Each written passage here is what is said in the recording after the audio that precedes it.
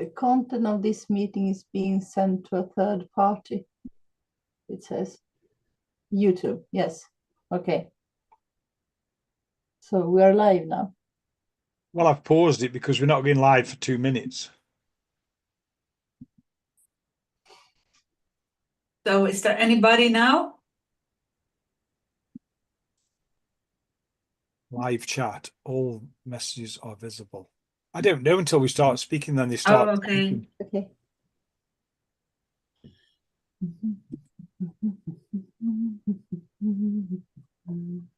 Exciting. Yes, it is. Where shall we start? Live chat. I paused it again. So that we're not babbling. Bibbly bub. Bibbidi bobbidi boo.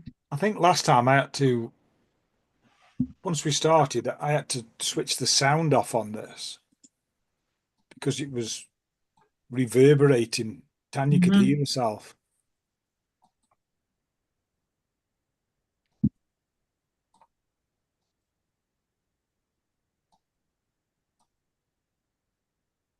There's 1 minute to go, and then we go live. And are you going to come straight in with that tune? That was just a joke, Martin. You want it? We should turn it on and we just should play it. It'll be Okay. fun. Okay. So we start with that? Yeah. Once I say go, we'll put that on, and Okay. can't be much longer now. But you should be able to share because I've made you co-hosts. Okay.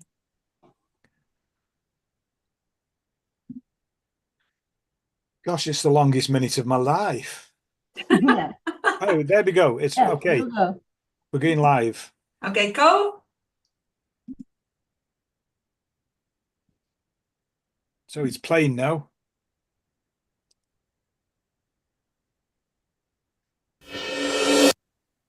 So, good evening, ladies and gentlemen. And what is love?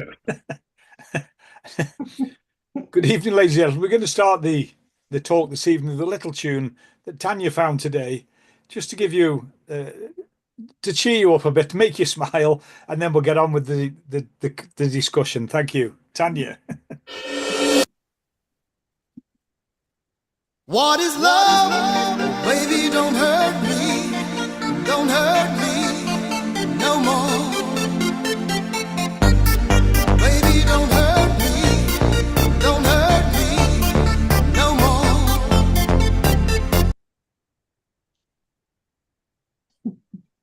more.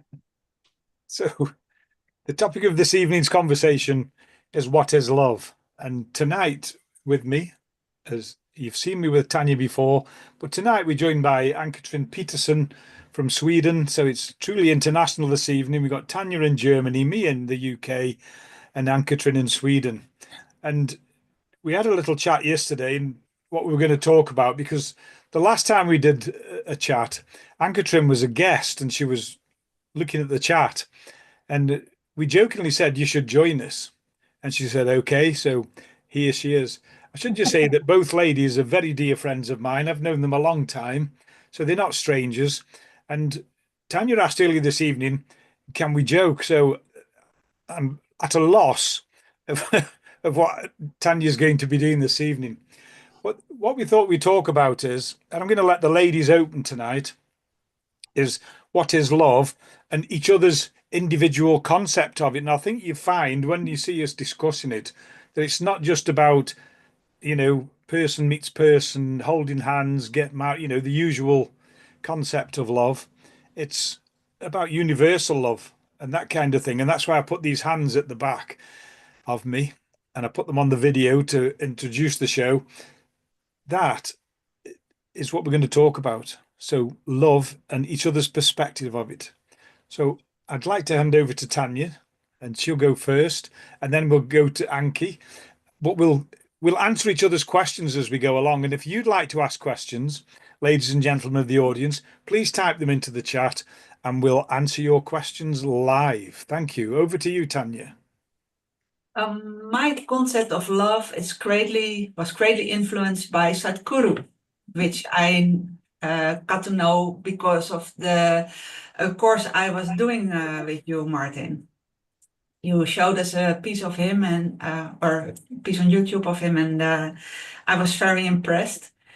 And he has a very unique view on love. And that is that it's not a feeling, it's not something you can do to yourself, like, oh, I love myself or I should love myself. It's not something you do to another person. So not I love you, not even to your child, not even to your mother, not even to your father.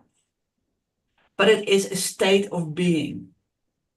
And I find this really not only inspiring, but it also rings very true to me.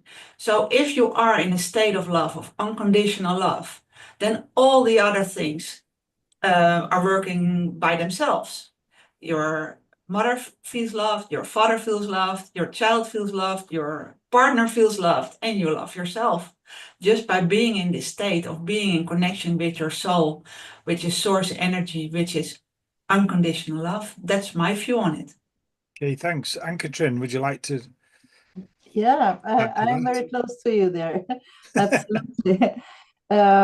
When I do my meditations, I go into my heart and to in a kind of empty universe with a huge of energy. And when I sit there, I always start to feel this universal kind of love.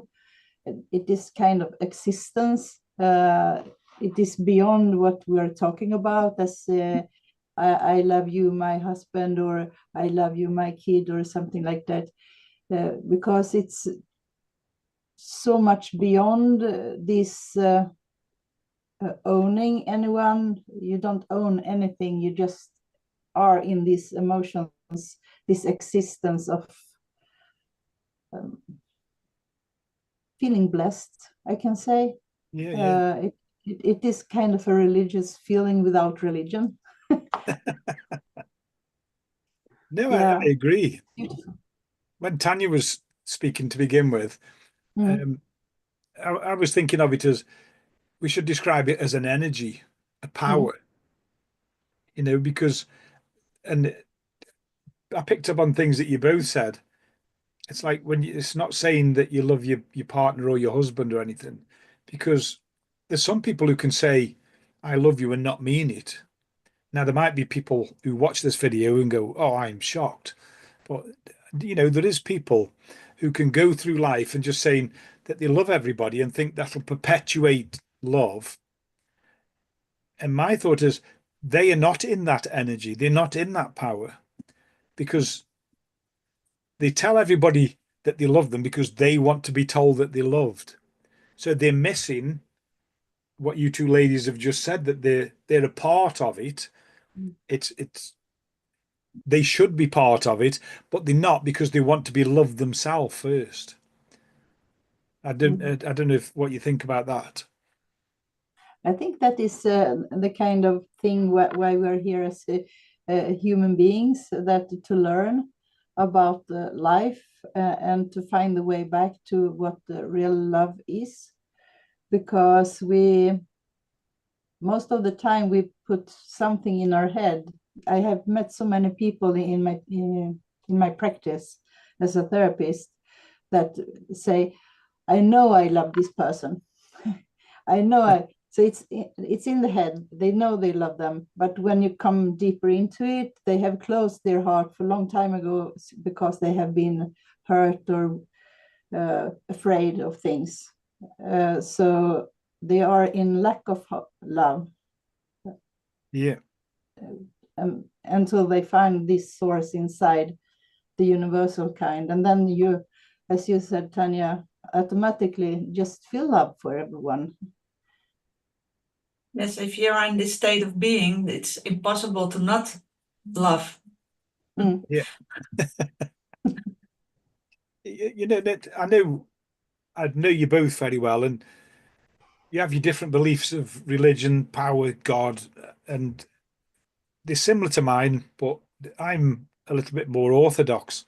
And you get people who say God is love, but they say it so easily. Have they ever connected to that power, that source that you two are talking about? You can't just say God is love and not understand love and not be part of it yourself. And whether you see it as the creative force or the universal force, you have to be able to tap into that energy to understand that you're in that moment. And I'm going to, as I always do on these, I'm going to share a little story. And my wife and I, we were at the Arthur Findlay College one week, and I was walking down the road, and I asked Stephanie what she thought God was, and she gave, a believable answer, and I gave my answer saying that I believed it was this power. And whenever I think of it, even now as I'm thinking, I see these beautiful purples and reds. So to me, it's more like a creative force, although you can speak to it and expect answers from it. So when we got back, I thought I'd test this power, because you see in the Bible where they talk to God in the Old Testament on a regular basis, and then Jesus was telling you how to speak to God through the Lord's Prayer and that kind of thing. So as I'm running down the canal, I kept saying to this force, why don't you speak to me like you speak to those in the back? I'm running away. Why don't you speak to me like you spoke to? I've got questions for you. And I'm running. And it was a 4-mile run. I remember when I got back to the start point, it was running along a canal, which is a waterway in the United Kingdom for our overseas watchers. And I was standing by a bridge. I said, see, I knew you wouldn't answer me. And as clear and as honestly as I'm here now, this voice said to me, what's your question? And it wasn't me imagining it. It goes, okay, what's your question? So for that moment, this force had reached out to me. And, because I was being a little bit belligerent, I hadn't got a question really. It was my lack of belief in that force that I was being belligerent. I was being cheeky. So I had to think of a question quick. So I said, the age-old question, what do you like? And he said, you're all made in my image. And I said, don't give me that rubbish. I said, I can read that in any book, whatever. I still being belligerent. I think it's me. He goes, I've heard it all a lot of times. And the voice said, yes, but you never listened. And that's what we're doing this evening. Yeah. You see, I'd never listened to that force. I'd got this visualization of it, what the image was. And it goes back to what you two ladies have touched on. It isn't this image, the physical image. It's the spiritual or the soul image, that we are part of that force. But you can see thousands of translations in any language, and they all say, oh, God looks like a person. And that's why God's always portrayed as a person, because they say, you're made in my image. And people have blindly accepted that image, and if they need that, that's fine. But what you two have said, that strikes a real chord, because that day I realized it's not just about visualizing, it's being at one with it, not being cheeky to it like a belligerent little child and then getting caught out and tested. So being a part of it isn't just something you do when you go for a run down the canal. You come back and that force speaks to you. Now, whether it's touched your higher self and it's speaking to you, I don't know, but I could hear that voice quite clearly on that day. So, Yes, you agree then that the force that we call love, you say force, that one is always present, and it's only when we are in lack of contact with that force that we feel outside, sad, lonely, despair, that we need to own someone else to feel comfort and say that that is love. Yeah, I wanted to say exactly the same thing, because you are part of this energy and this love, this God source love energy. It's your soul, and you always carried it with you. Mm. So it's always there. It doesn't matter what you do, if you're eating or on the toilet or if you run, you always have your soul with you. So you can always be in this state. Yeah, Yeah. And sometimes we forget yeah. and you I feel have- lonely. I have a very interesting story there. I can Yeah. give. I talked to a person many, many years ago, and that person said, "I know I love my my husband. I know I love my children, but I can't feel it. And I know I do that." And when we were finished with the work we did together, she realized that when she was 7, she had closed down and promised herself she will never love anyone again. And after that moment, she started to love them from heart, that she could feel this warmth and to them and to everything else too. So we can, I think we destroy ourselves when we are afraid, and when we start to be afraid, we close down what is this source that is always present. Yeah, true.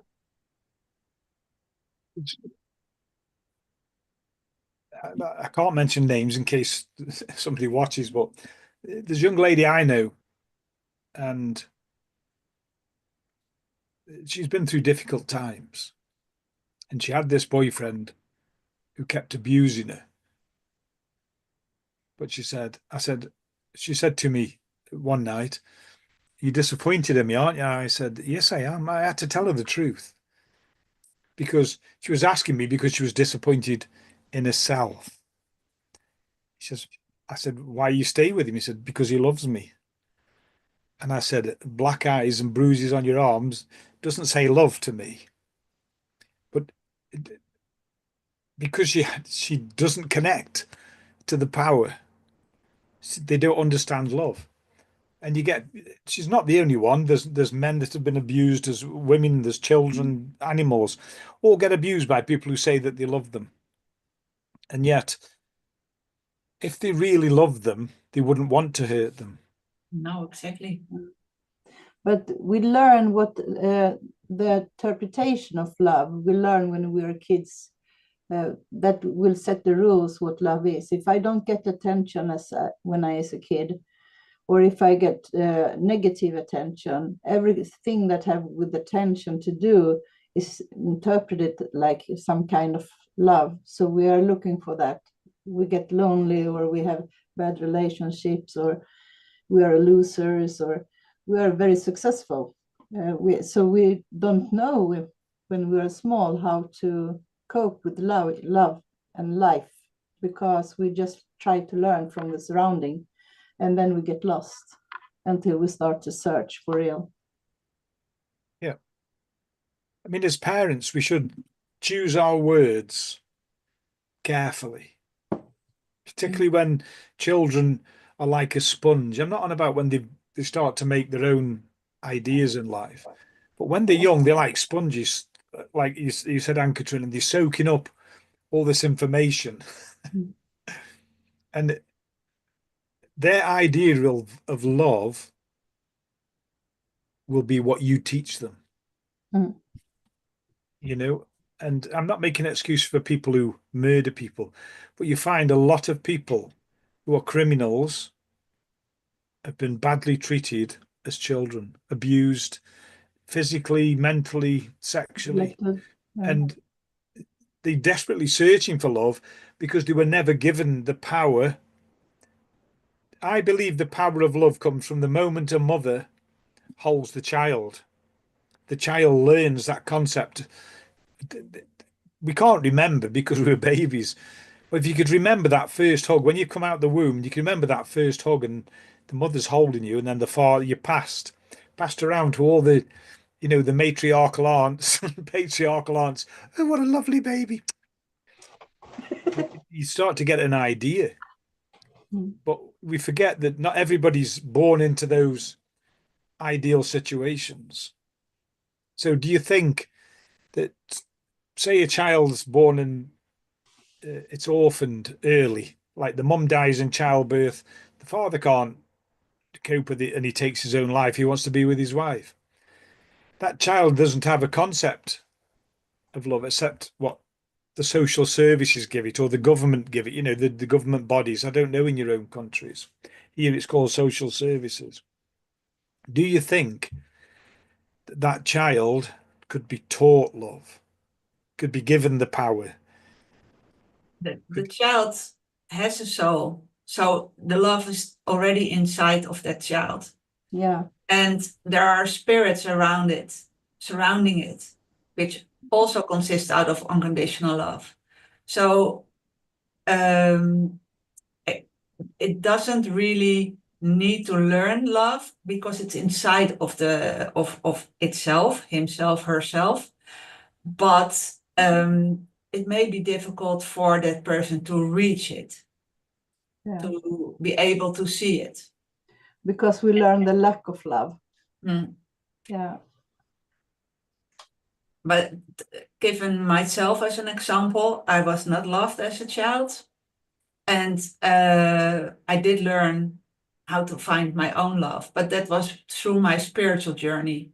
Actually, not because somebody started to love me, but because people like you, Martin, got me into connection with other souls, with spirits.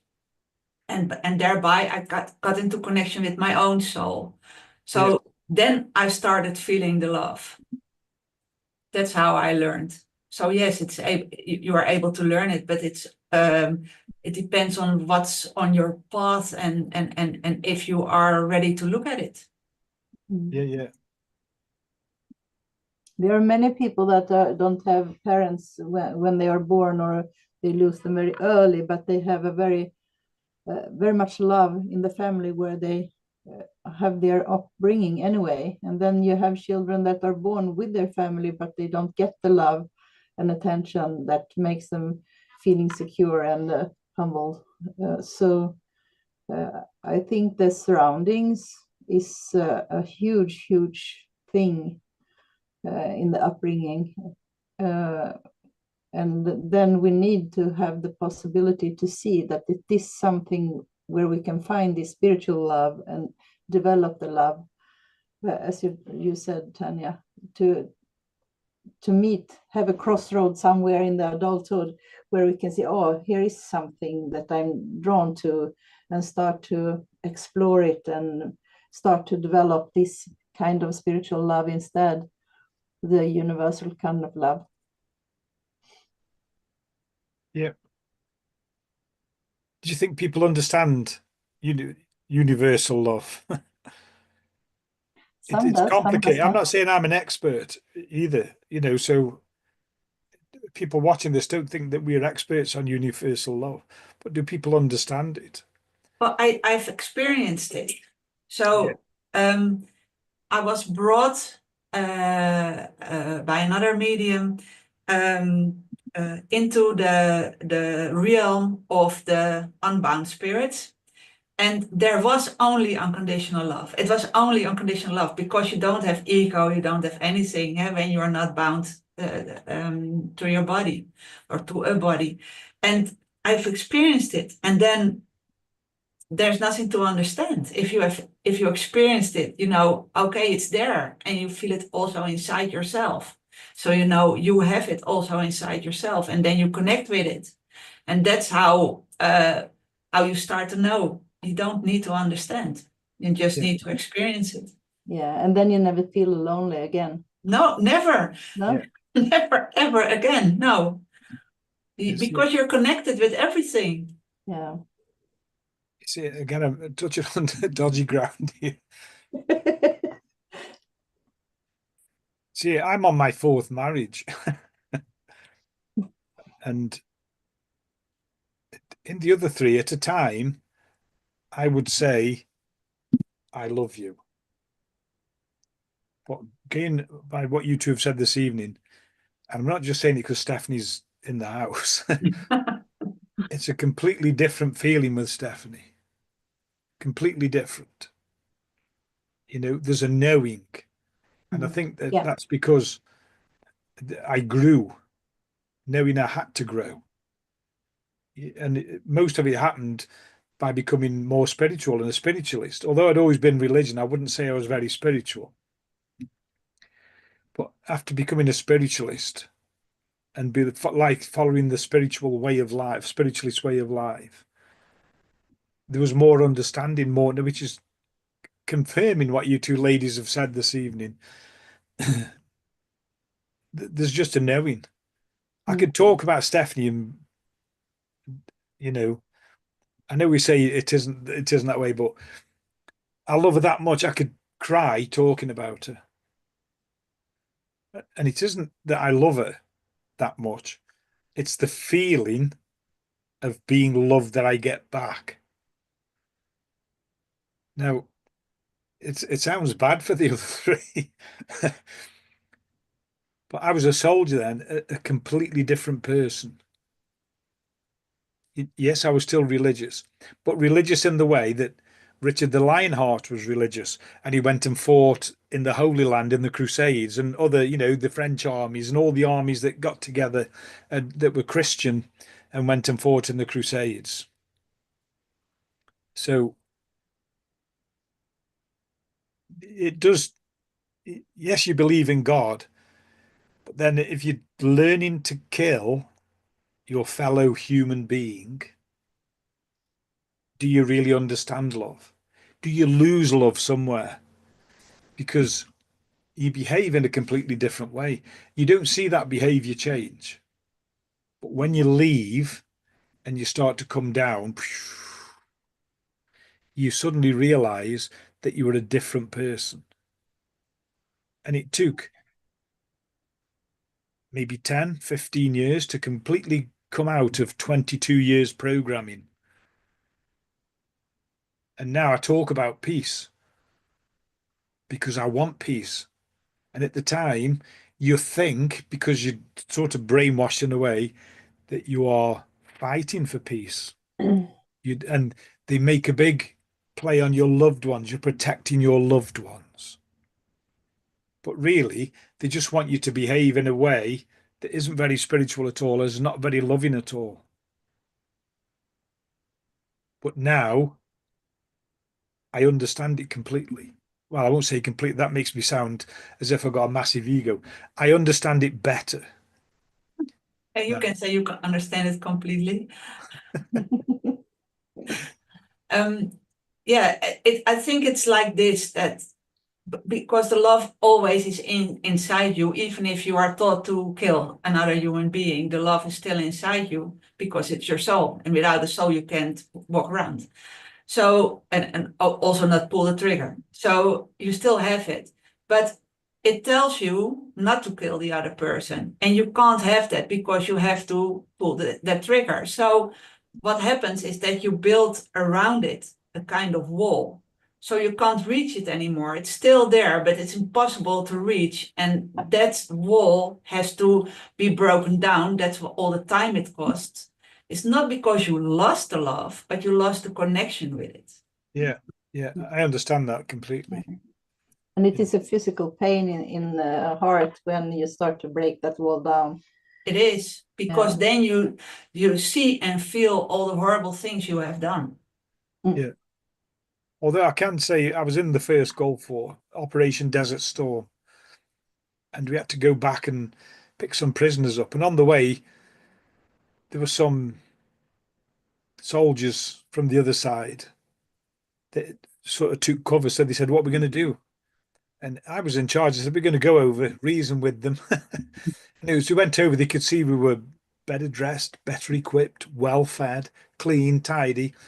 They had the Quran wrapped up in a prayer mat, a few dates, a rusty old rifle. And we just said, just lay down your arms. We'll take care of you. Now, we could have just shot them. But I know if I had have done now, in the situation it was, I would still not be over it now. Mm. And I know other soldiers that have killed people, infantry soldiers like me. It never arose for me. I think that was God's plan. He knew that I wouldn't want to. Yeah.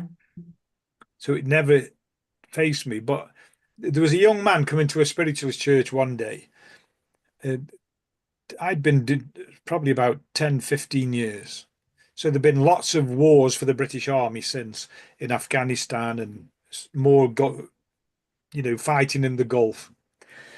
And this young man came a few times, and then he broke down because they'd given him the 7 principles, and he took them so much to heart that he said he couldn't live by them. And he went to it. Now, I wasn't there. And I said to the people, the ladies were nice. They were trying to help him. I said to him, why didn't you say wait? Because there's a man who used to be a soldier and he'll help you. He'll tell you how to live with them, how to live with yourself. And I often wonder what happened to that young man, because he came, like I did, to it, to release and connect again with the love, as you just beautifully explained it, Tanya.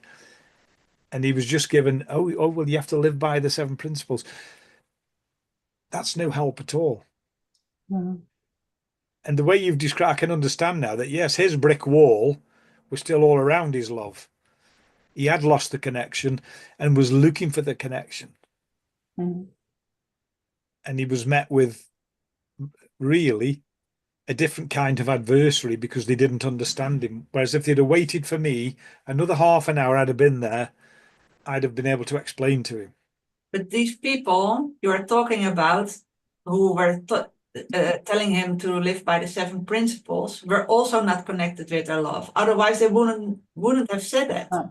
Exact. And that's something which I find a lot with so-called spiritual people, that they are not. Maybe they are spiritual. I can't reflect on that, but they are not connected with their love. Yeah. I think we discussed that in the last one we did, where I don't like people to tell me I'm spiritual. I don't like telling people I'm spiritual. It should come from other people by your actions. And if you're connected to that love, then I would say most times you're going to connect to the love and you're going to be a spiritual person. It might be helping an old lady. And I'll give you a good example. The other day we were driving down the busy road. You've both been here, the busy road that goes in front of our house. Right down the hill into the countryside. And I could see this thing on the road. And I said to Stephanie, is that a leaf? And when we looked closer, it was a little field mouse, tiny little thing. I know 99 drivers out of 100 would have run over that mouse.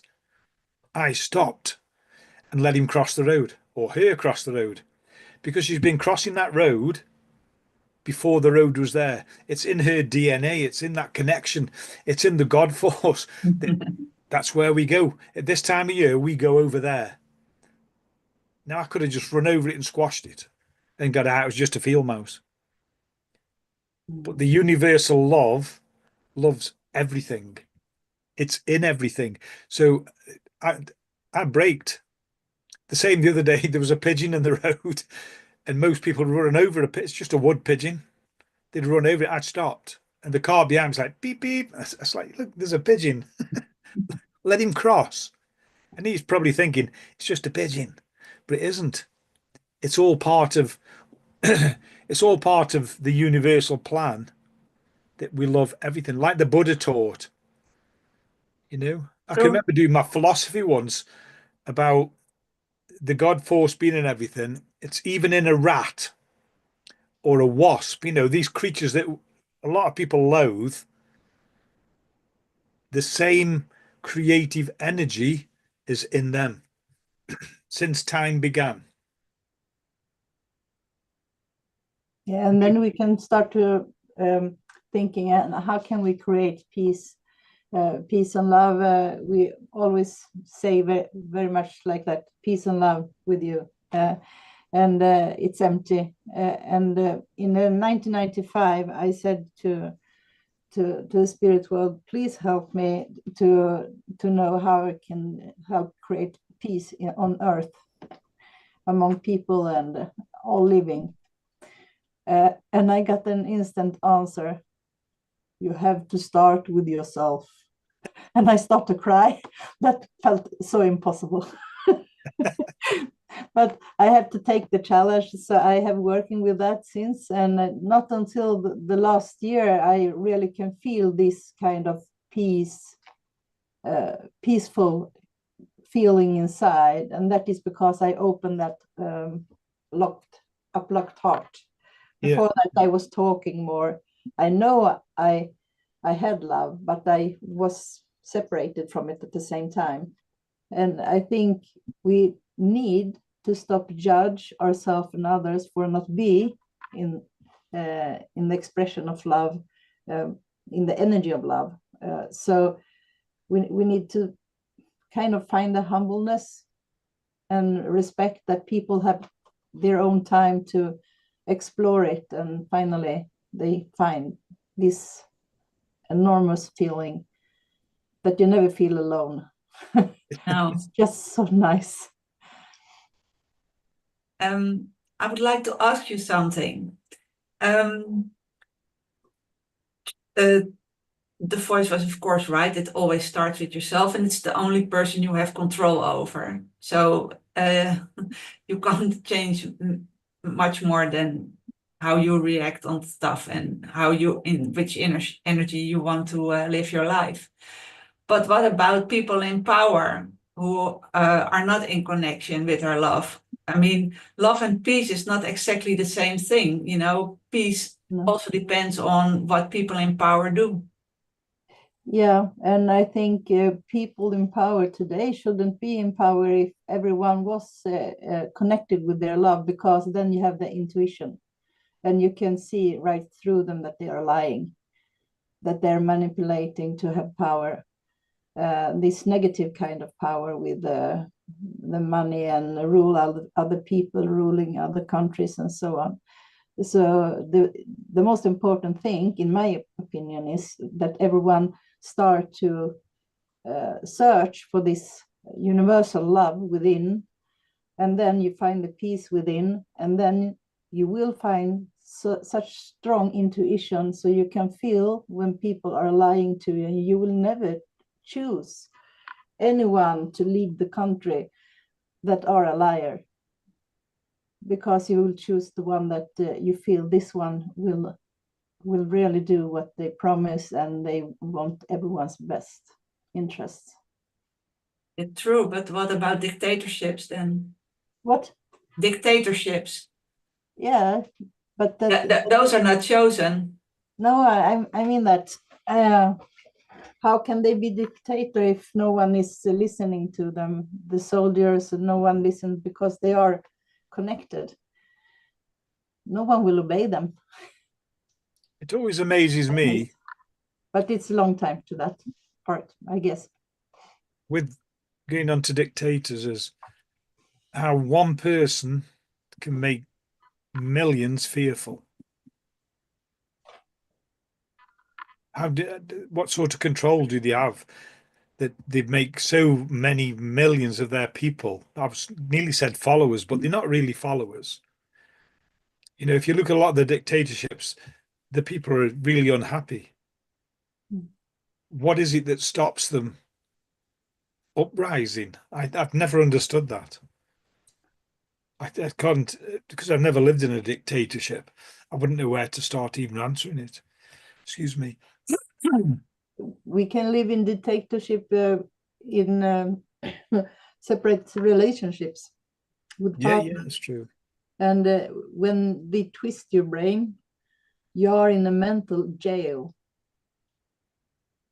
So it is difficult, because these jails lock you up in heart and in action and in how you're thinking.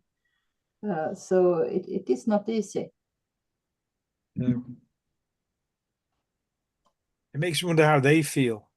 What made them that way? We know that Adolf Hitler became that way because of, well, they blame his upbringing.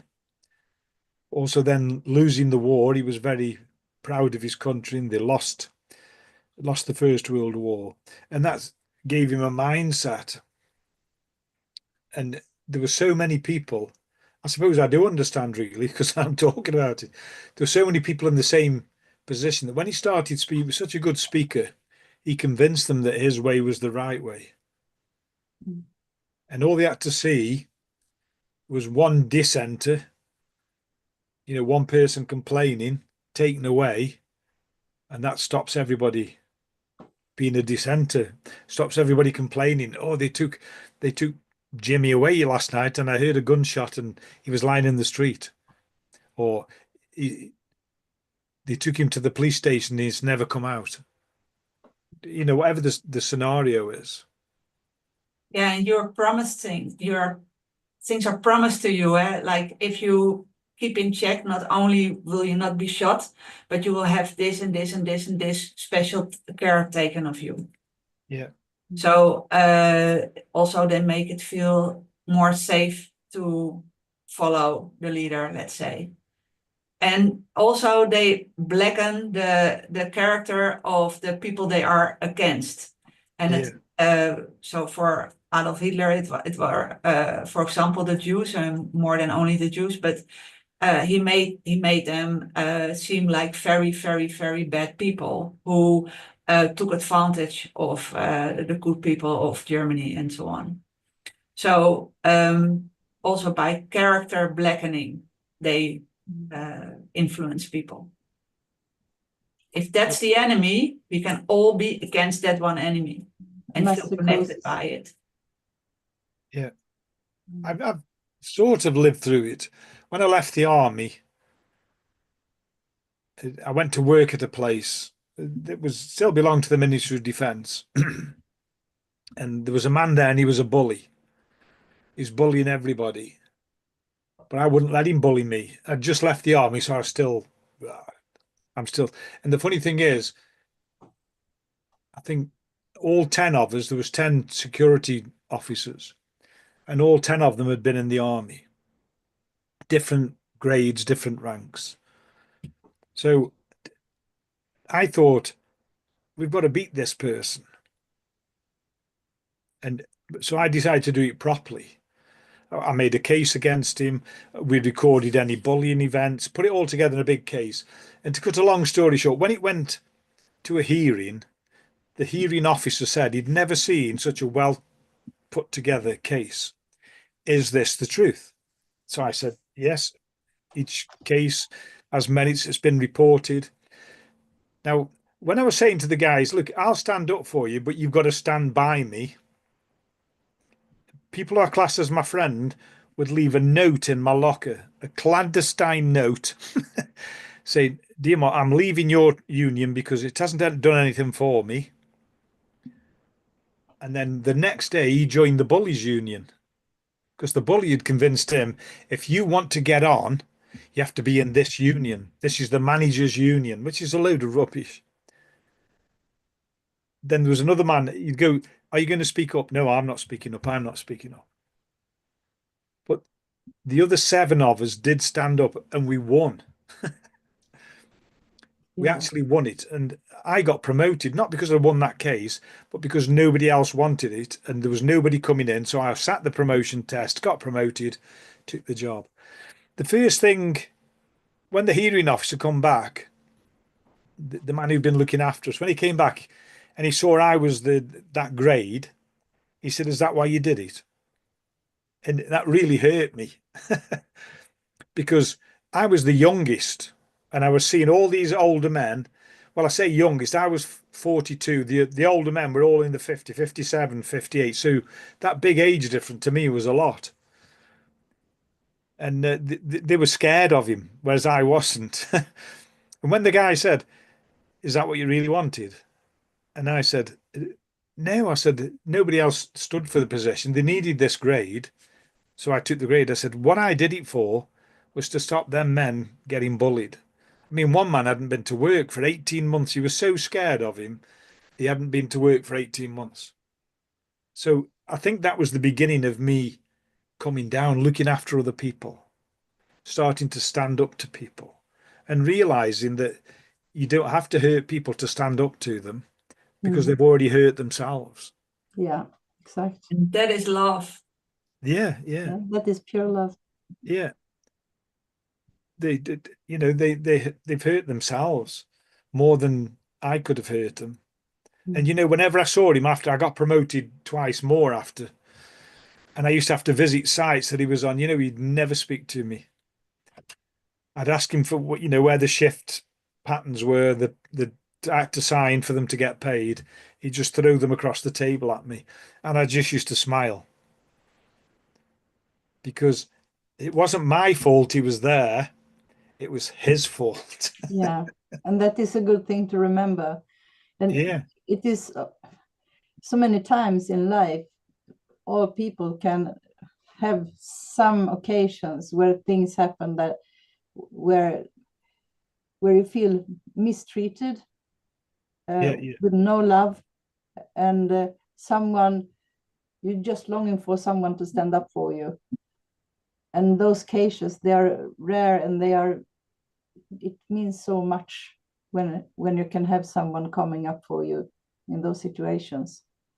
You had it in the army, but you see it in the society. You can walk on town and someone is very rude to another person, and people are just walking by instead of stopping and say, what are you doing? This is not fair. Yeah, it's true. So many situations where we can stand up. So what can we do from love to stop that? And to stop bad people being chosen in powerful positions? What can we say? What can we do to make that happen? Yeah, what can Trying we to do? convince people. There used to be an advert in the UK that if you were on your own, you didn't get that. Then it showed you. Then it made a triangle, so it went back from one person until there was thousands of people, and that's doing things like this is doing it, where people see and they get an idea. Really, you know, they used to say that Jesus was a shepherd or a fisher of men. Really, I think he was a gardener because through his philosophy, he planted seeds. All of it was always about love, you know, and how he explains stories like if you sow corn, if you sow it on good soil, it'll grow. If you sow it on bad soil, you're going to get bad corn. So he was always saying, walk in the good soil, walk on the right side. So I classed him as a gardener, not as a fisherman. You know, he wasn't trying to get people to, he didn't force people to come to him. And I suppose that's why they call him a fisherman. But he couldn't fish unless he planted those seeds first. And Yeah. then maybe one or two people came to hear him. And they say, oh, you come and see this man. He's a really wonderful speaker. So he's planted some more seeds. And then he's got his fishing rod and he's pulled those few in, or his fishing net and he's pulling them in. But he had to be a gardener first. And that's what we're doing by doing these talks that we do. Hopefully people watch them and listen to them, and it plants seeds in their head. I'm not saying we Jesus. No, but to spread, to start helping people to get inspired, to asking questions and looking for some answer inside, and looking for some answer in the surroundings, that they feel that this is something good. This is make me come further on in my life in a good way. Yeah. Yeah, but do we have maybe some kind of exercise or so for people to help them? Because how do they know where to start? Yeah. I know one course I went with what's his name, Dr. Joe Dispenza. I have a very good course in how to develop this universal love and how to focus with the meditation and open up between heart and brain and change everything inside to a more humble and positive and lovable energy. And it's so good. It's so lovely. I think you've got to convince people first. And I'll give you another example. You know, when you go out for a walk and you see other people coming to you, can tell which ones are going to speak to you. Mm-hmm. You can tell the ones that are really like yourself, open, happy, in touch with themselves, in touch with the surroundings. You know, with nature, if you're in nature. Mm-hmm. Normally our walks are in nature, around lakes and things. And as soon as I see them coming, you think they're not going to speak. But you know what? I always do, because I sow that seed. So in a way, I'm already doing it, and you're already doing it. Yeah. I don't let anybody go by without saying good morning. Even if they're head down, headphones in, you know, they've switched off to the world. They want nobody to interfere with them. So they got the headphones in, music blaring, looking down. I go, good morning. And occasionally, just occasionally, one looks up and goes, oh, morning. They didn't want to speak, but they realize not all the world is bad. And that's what we have to convince people. That's true. Could we maybe do something real, like doing a webinar or something with the three of us or anybody who wants to join, where we can have real, maybe inspired by the person you said. I have had a lot of meditations myself with the educations, how to build this road between the brain and the heart, like very nice meditations that people really have liked. So I can give from that. Yeah, we could do something together for free and then maybe influence people, because some people just need, of course, a kind hello is a very good thing to do and possibly could touch somebody's heart, but people just don't know where to start. Okay, this love is in me. How do I get it? How do I get it? How do I get this feeling? Because it not comes from itself.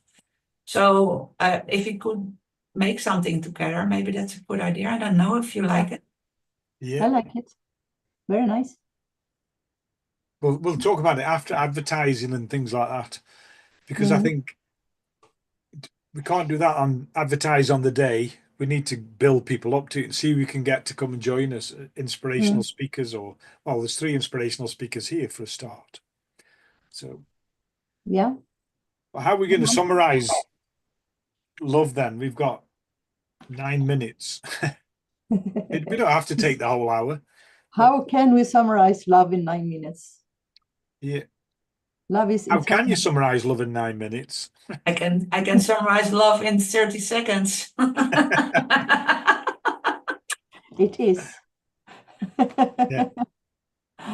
Love is your core, is who you are, is the source energy which makes you you, and it consists out of unconditional love. You just have to connect with it, and then you can be in a state of love, and then there's nothing to learn anymore. Yeah. Then you're there. Yeah. And to find that, when you start to explore how to be grateful in the small things daily, you start to feel love. Yeah. You start to feel blessed, and then you start to feel love. So it's a good way to open your heart to feel thankful or grateful for things. That's really very true. But I started with a long time ago. I started with a gratitude journal because of Oprah Winfrey. She advocated that, and I got so bored with it, and it didn't do anything for me, because you already have to be a little bit connected with yourself to feel this gratefulness. So Yeah. if you're not connected, you don't feel this gratefulness, and you're going like, okay, I have a roof over my head every day. Yeah. Okay, I had something to eat today. Okay, I saw my friends. You know, it didn't do anything for me. I'm just saying it's deeper than that, than a practical exercise. It's really taking people to that place, show them how they can get there. So meditation is a very good way to do that. Mm. And then let them experience it so that they know it's there. Even if they can't connect with it yet, they know it's there. So that gives them confidence, and it gives them a starting point to start to start removing this blockage and to be in connection with that. And in the beginning, if it's very locked up, you maybe not can focus on what the meditator say or anything. The mind settings jumping all over the place, and negative mind settings is coming and going all the time. And it is like, it's normal in the beginning. If you have had a depression or have an abusive life, it's normal that it is hard in the beginning. It's just to never give up. That is important. Never give up. Because as long as you can breathe, you are alive, and you have your spirit somewhere inside. Yes. So it's Gift of completely health is possible. keeping us alive. Yeah. No, I agree with both of you, not just because you're my friends, and pick, but like Anki, I've started saying, like today, because one of my medications asked me some questions, and I could have ticked yes to everything and had nothing. But on one of the questions, just one question, if I'd have ticked no, I'd have been lying. So I had to tick yes. It said, have you had any side effects? And it listed 4 side effects that it can cause. One was nausea, one was dizziness. I can't remember the other 2. And the reason being, I can remember nausea and dizziness because I've been suffering with the nausea mostly, and occasionally the dizziness. So I thought I'd hear nothing else about it. They followed up today with 2 phone calls. One just before I was getting dinner for Stephanie. And he was a lovely man asking me questions. He'd taken his time. So I told him, thank you. I really appreciate your help. I'm really grateful. Thank you. And years ago, I wouldn't have said that. I'd have just gone, yeah, thanks very much. But now I think they've taken all that time.